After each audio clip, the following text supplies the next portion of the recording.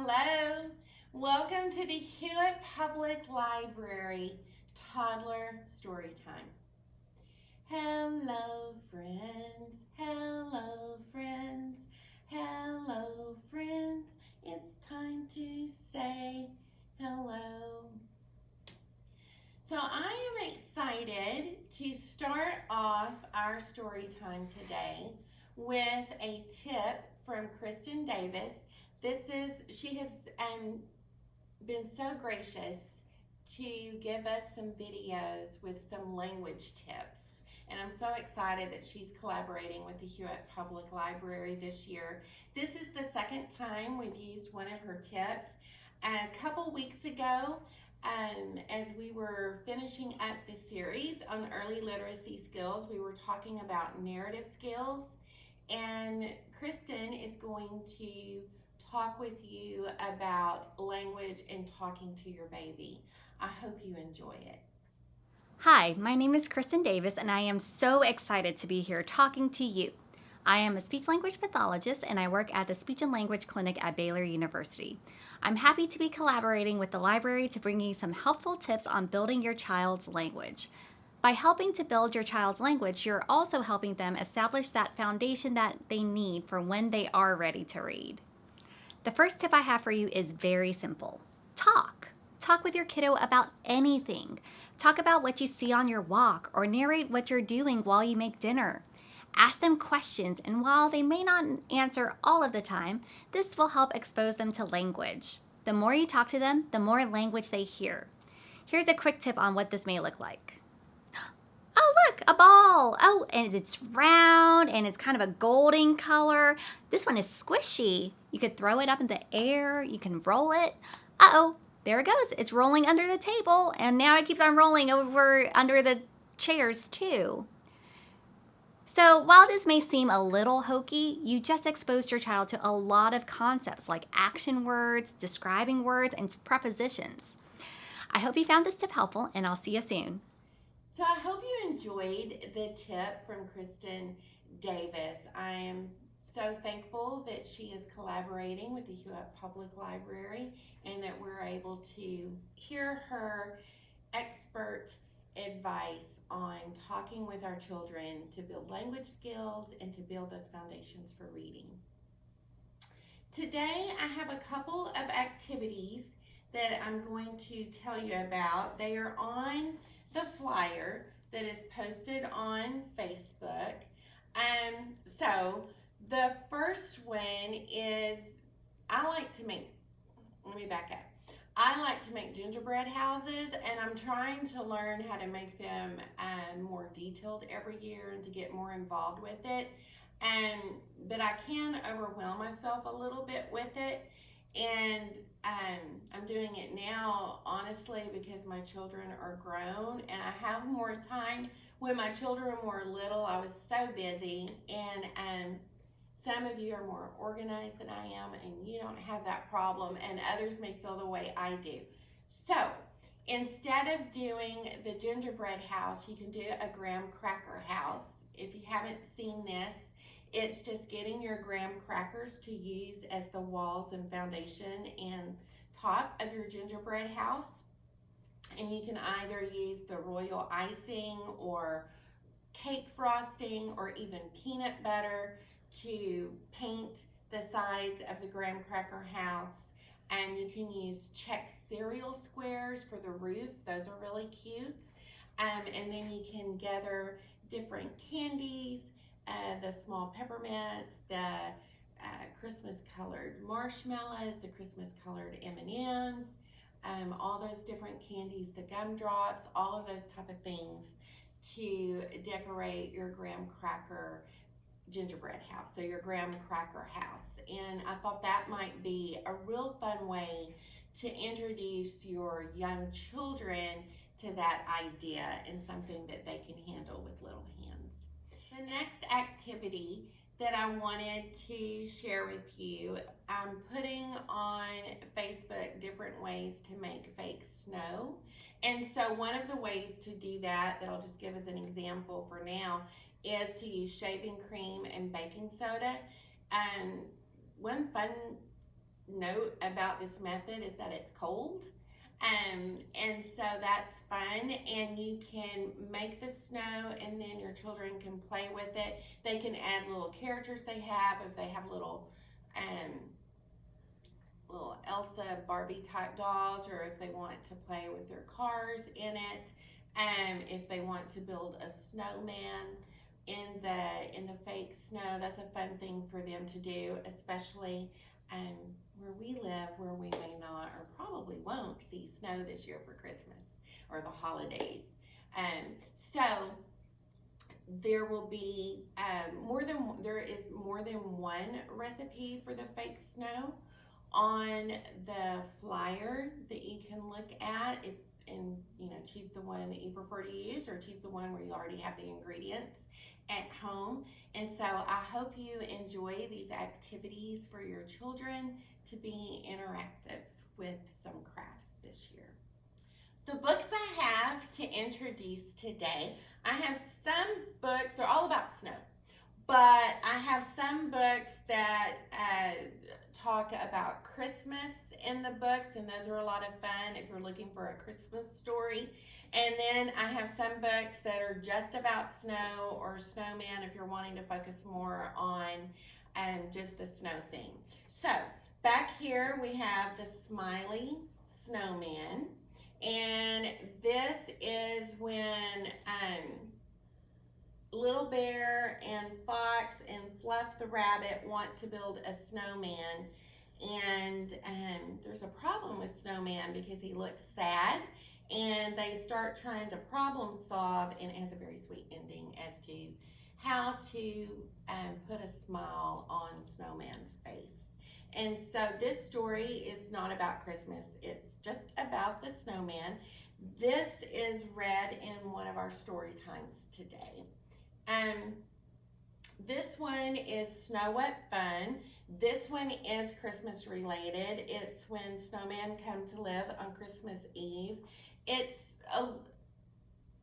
has the feel of 'Twas the Night Before Christmas a little bit, only it's all about the snowman and the role that they're playing.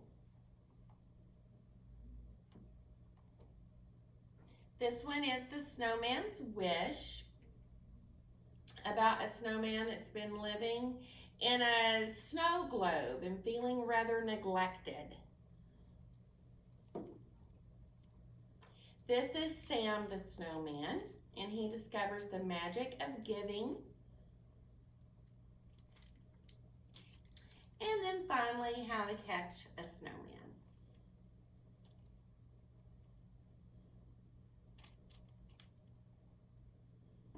Are you ready for story time? Are you ready for story time? Clap your hands. Are you ready for story time? Clap your hands. If you're ready for story time, if you're ready for story time, if you're ready for story time, clap your hands. Are you ready for story time? Nod your head. Are you ready for story time? Nod your head. If you're ready for story time, if you're ready for story time, if you're ready for story time, nod your head. Snow What Fun, when snowmen come to life on Christmas Eve.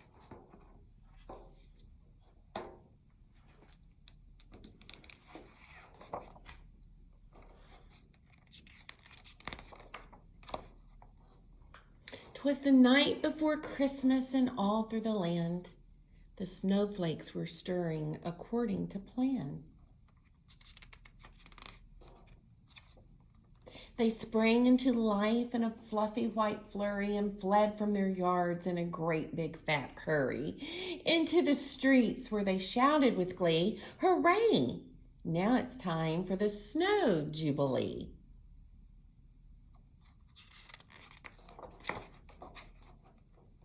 They clumped and they clustered, said howdy and hi, then smushed into snow clouds and swooshed through the sky, past forest and rivers and over a knoll, to a most secret place that's just south of North Pole.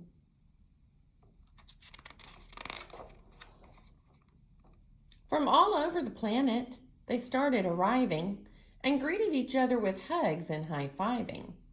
'Twas their once-a-year snow night, their big rendezvous, but first they had something important to do. "Look," someone shouted. "Up there, it's his sleigh. We've got to guide Santa. No time to delay."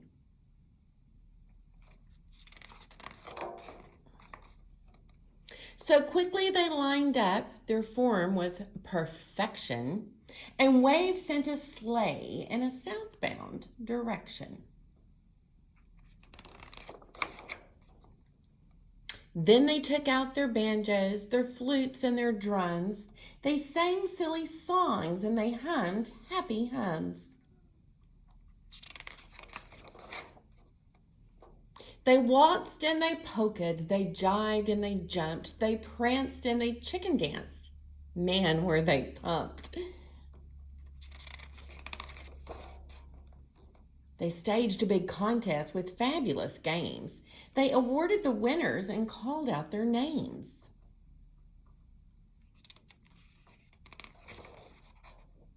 Now slushy, now freezy, now twirly, now twiggles, on jingle, on bingle, on wheezy, on wiggles.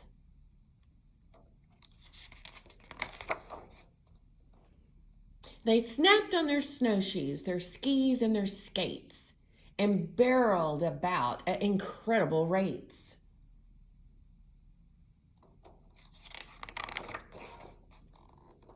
And when they were tired, they flocked to the ground, enjoying their bird friends who flocked all around, feeding them seeds they had brought in big sacks. It felt really good just to rest and relax.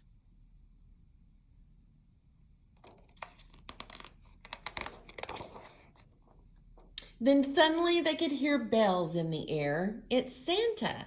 He's back, and he's got gifts to spare. The snow folks looked upward and grinned at the sight of packages raining down into the night. Wow, what a fabulous snow jubilee. But the night's almost over, so we'd better flee. We've helped out Santa and had some fun too. Mission accomplished. It's time to skidoo.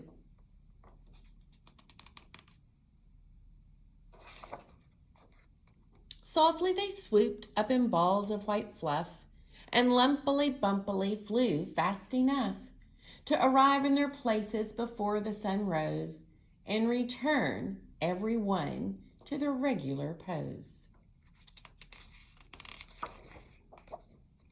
Now, maybe you're thinking it's hard to believe that snow people come to life each Christmas Eve. But look out your window first thing Christmas Day and see if your snowman looks quite the same way.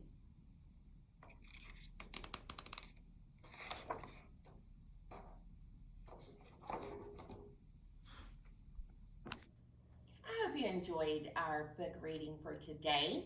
I have a fun little rhyme for us to do. You may remember not too long ago we did Two Little Bears, and I'm always talking to you about how repetition is important. So this is an example. If you've been doing Two Little Bears with your child, you can change up the wording for different seasons of the year, for different activities that you're doing with your child, and just have fun with it, and they learn from that, and they thrive on the repetition. So instead of Two Little Bears, we're doing Two Little Snowmen. And so we're going to start. Two little snowmen rolling down the hill, one named Jack and one named Jill. Roll away, Jack. Roll away, Jill. Come back, Jack. Come back, Jill. Two little snowmen walking in the snow, one named Fast and one named Slow. Walk away, Fast. Walk away, Slow. Come back, Fast. Come back, Slow. 2 little snowmen feeling very proud.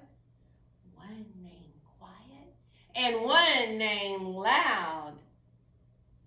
Roll away, Quiet. Roll away, Loud. Come back, Quiet. Come back, Loud. So, those are the 2 little snowmen. These are so good for teaching your child the opposites, quiet and loud, fast and slow, and having the movement to go with it. And so it's a fun rhyme to learn and just change up throughout the year. The next one is also one that we do. We've done this with 5 little pumpkins. I didn't look back over my notes to see all the different ones that we've done, but we've done it more than once. And so this is another rhyme where you include some counting, and you can change it to whatever you want to. Change it to fit the activity or the time of year or the time of day, the routine, whatever you need for your child to have fun with it and give them that repetition. 5 little snowmen, all made of snow. 5 little snowmen standing in a row. Out came the sun and stayed all day. 1 little snowman melted away. 4 little snowmen standing in a row. Out came the sun and stayed all day. 1 little snowman melted away.